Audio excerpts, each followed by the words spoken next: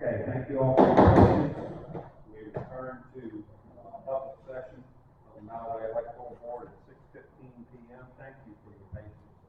I know it's warm in here, and I do appreciate it. We need to now certify the closed session.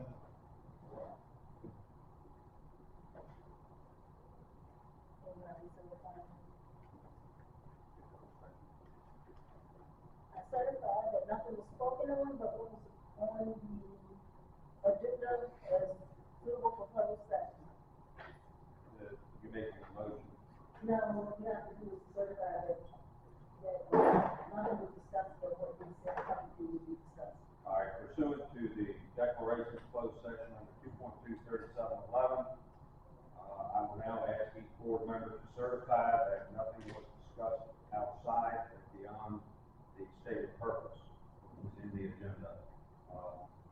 Madam Vice Chair, will you certify? Yes. Madam Secretary, will you certify? I certify. The chair certifies.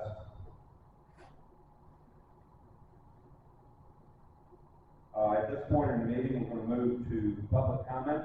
We always welcome public comment. We remind folks that this is not a political organization. This organization is put in place by state law to manage the process of elections. All of the political stuff can be handled at the polling place or with front yard signs or whatever. This is not a political forum here. With that said, I would like to call on Tyler Scott, the first speaker.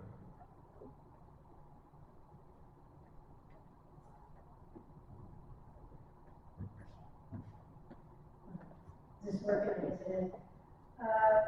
Good evening, my name is Tyler Scott. I live in Weston, Virginia. Thank the board for allowing me to speak tonight. It is my understanding that Mr. Reynolds' contract is up for renewal in June, and I would ask that the board consider hiring a new registrar with more experience. It is my understanding that Mr. Reynolds is a former State Department employee who had no election experience. I am an election official. I've been involved in politics for 40 years, and I have found the elections and the training under Mr. Reynolds not as well organized. I would like to know why he increased the budget 53%, why he has a much larger staff than the Stewart had, why he had to have a trainer for, I believe, a year. That is a lot of money and a lot of bureaucracy. We are a very small county, 15,000 people with 9,500 voters. We don't need all this. Bearing in mind that many of those voters don't vote or don't vote all the time. On a final note, I would like to complain that I would like to know why the meeting notices and agendas always go out late. wasn't that way before. And I have to tell you, it is my opinion that this is done on purpose for political reasons, so people won't come to the meetings or can't plan remarks in time. On a final note, it is my understanding that the meeting is being videotaped tonight. Many of us have asked for months to have these meetings videotaped. We wanted a solid public record of these meetings. I personally have complained to the Department of Elections 3 times, including a formal complaint that these meetings weren't taped, but I was told there was nothing they could do. I find it very interesting that tonight's meeting is videotaped. The night when I suspect several members of the public will be speaking in support of Mr. Reynolds and having his contract renewed. I find this disingenuous, and I find it unfair to the voters of Nottaway County. Thank you. Thank you, Ms. Scott.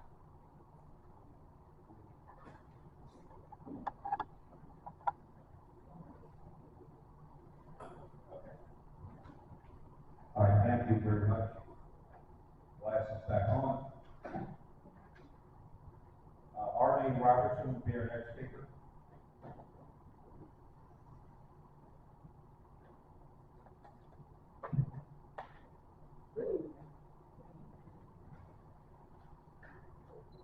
This evening I come to stand before you just to say thank you to the public who had confidence in me to serve as a member of the Board of Elections, as an officer of the election at a polling precinct. I have been called a person who has committed voter fraud, and it was just a whole big mess. I have never done anything to bring shame on our county, as I served from 1974 up until the present time. I have been serving as an officer of the election, and I did serve for a short period of time as a member of the Electoral Board in the capacity of vice chair. Those people who spoke on my behalf in the month of March, I thank you. And I don't want anybody to believe that I was running from anybody or running from anything. I'm not standing in fear of anybody. I have been sick. That's why I have not attended the board meetings that I have wanted to. For those who spoke on my behalf, I just want you to know that I will serve to the best of my ability. I will not serve on your board, serve as an officer of the elections, as a placeholder. Placeholders are zero. I will not be looked on as a zero. If I see wrong, I'm going to call it wrong. If there's anybody who don't serve with me because I'm going to do what's right, then you don't have to. Anybody who knows me knows that I am not going to stand and tell a bunch of lies. I have never been trained on the voting machines that we have. So I don't know how to turn the machine on, let alone how to throw an election that I've been accused of. I would have to have training on these machines. The only machine I've ever been trained on was the touchscreen machine at Lower Papa. Trained me on that over at Food Primary School. As he served as the chair, and I served, as he served as the head person, the chief officer, and I served as his assistant. So, for those on the board who did not want me on the board, but yet you did not know me, and you still don't know me, the only thing that I can say to you is, get to know me. Do not take anybody's word for anything, because I am one who's going to call a spade a spade. I don't care who you do it call. I will call it as I see it. So, I do know Flint Stratton. I will come to you with the truth. Whatever I speak, I will speak truth to power. will not have anyone putting my name out there as being a crook, because those persons who work with me know for a fact that I will never train. I never tried to hide that fact.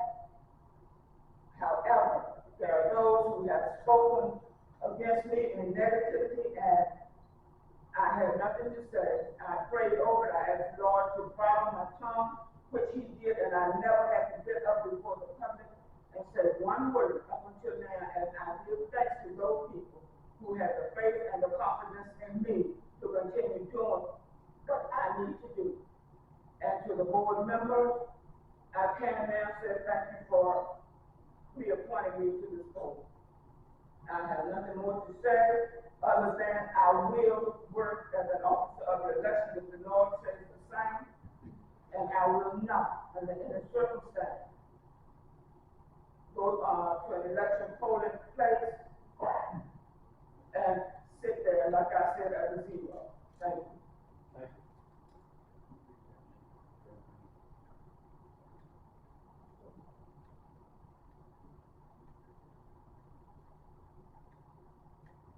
Diana Lynn Wilkins Mitchell.